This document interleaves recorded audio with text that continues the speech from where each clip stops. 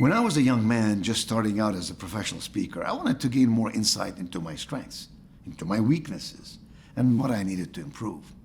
It's a wonderful exercise all of us would benefit from. What are you good at?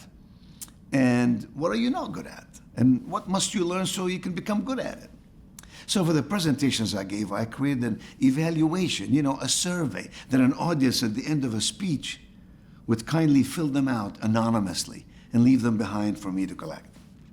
I reviewed every evaluation one by one, sometimes painfully so, I must admit. I found them mostly to be quite positive. People are kind and gentle, and they will be encouraging and give you nice compliments. But there were always a few from people who didn't like my presentation. Sometimes 90 liked it and 5 didn't like it. And some even hated it. Now, the constructive criticism I received did help. I would improve from that input and that feedback.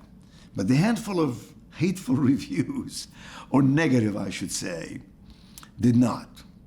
Those critiques hurt. And for months, I would stew over them, wondering what I needed to do differently. Finally, I made myself stop. Right then and there, I made a decision. Stick to what you believe is right. And don't obsess over viewpoints you cannot change. Norman Vincent Peale, the one who wrote the most famous book in history for many years, called The Power of Positive Thinking, answered my question when I said, Dr. Peale, how do you deal with criticism? He said, here's how I do it. I listen to the criticism, I analyze it, I learn from it, I improve. But I don't let it hover over me. It would be a destructive force. So my friend, we're blessed to live in a country where we have such freedom of expression. Yes, our country does have its flaws, but the freedoms we have make us the greatest country in the world. There will always be people who aren't happy with what you do. You can count on that. Still, that should not stop you from doing what you believe is right, as long as you do it with civility and respect and allow other people to have their own domain too. Think of these words from poet E. E. Cummings. Once we believe in ourselves, we can risk curiosity and wonder, spontaneous delight, or any experience that reveals the human spirit.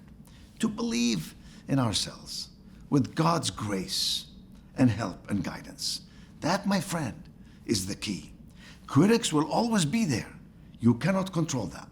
What you can control are your own choices. What you can control is how you respond to that.